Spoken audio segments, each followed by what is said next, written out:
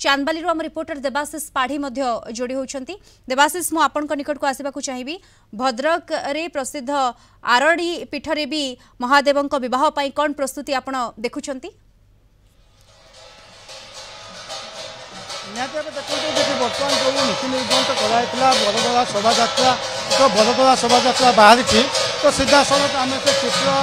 दर्शक मान देखा चाहिए तो एक विराट शोभा यात्रा हनुमान बड़दला भेष बर्तमान जाऊँच बर निमंत्रण करने जो परंपरा अनुसार बड़दला बर्तमान जी बरकर्ता घरे पहुँचे पहुँचला बर को निमंत्रण करेंगे। निमंत्रण कलापर संध्यार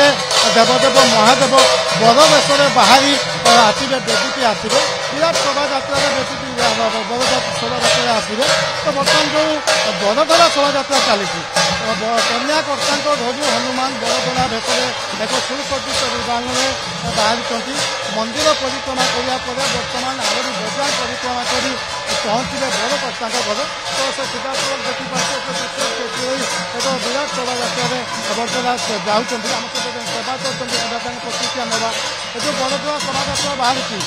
बरदला शोभा यात्रा बाहरी या आउ कौन सब नीति निर्गमन अच्छी बरदला शोभा यात्रा केते वर्ष जीव बर्तमान आमर बरधरा बाहर हनुमान महाप्रभु बाहर आए बहु समाज लोकर चलिए आमर कंटिन्यू गोटे 1:30 पर्यंत प्रशासन चलो प्रशासन जाइए पहुँचे कन्या घर पाखर होगी रिटर्न आसवे बर घर पर्यंत से आम बरधरा पहुँचे से पूजा जो लौकिक नीति जो पूजा पर्व हवा कथा से सब कंटिन्यू चलो सहित आम आरंभ हम देव मान पूजा आरंभ हम तापर फेर आरंभ हो बरजात्री पूजा जोटा कि प्रभु बाहर भेष हे विभिन्न कीर्तन संकीर्तन 26 दल विभिन्न प्रकार सब आरेंजमेंट कराई जोटा कि प्रशासन है बहु लोक लक्षाधिक लोक समागम सहित बरजात्री करेंगे राति 12टा 1 पर्यंत आम प्रशासन एमती चलो निहत जहाँ शुणुते जो सेवापूर्व प्रतिक्रिया तो जो बरदला शोभा यात्रा चली बरकर्ता घरे बरदला पहुँचा पर बर निमंत्रण कर बरदला शोभा यात्रा हजार हजार भक्त सामिल होती जे कि भक्त मैंने हनुमान को दर्शन कर बरदला जो जाऊँ दर्शन करें किसी भक्तों प्रतिक्रिया नवा जे कि कौन केमती दर्शन कर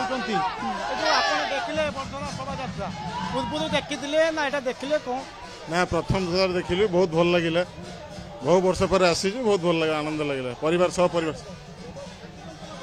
आज्ञा ना यहाँ भाग्य थे मिले बहुत ये कर जाऊ आम अशेष भाग्य कि आम सब परिवार आसी भगवान को दर्शन कर पार्लु ये बड़ यात्रा आम सहयोग कर पार्लु आम सहित आउ कि भक्त अच्छा कथा आप देखुले जो बरदला शोभा यात्रा जाऊँगी बर निमंत्रण करने आज ठाकुर बाहाघर दर्शन कले जो शोभा यात्रा तो आगुरी बाहाघर एमती देखी ना यहाँ फास्ट टाइम देखुं कौन ना आगुरी तो बाहर आम देखी नु शिव बह शीतल शास्त्री हो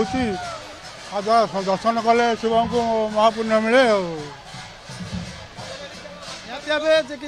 शुणुले भक्त भक्तों प्रतिक्रिया आम शुणुलु देवाशीष जहाँ प्रतिक्रिया आणुले समस्ते उत्साहित रही।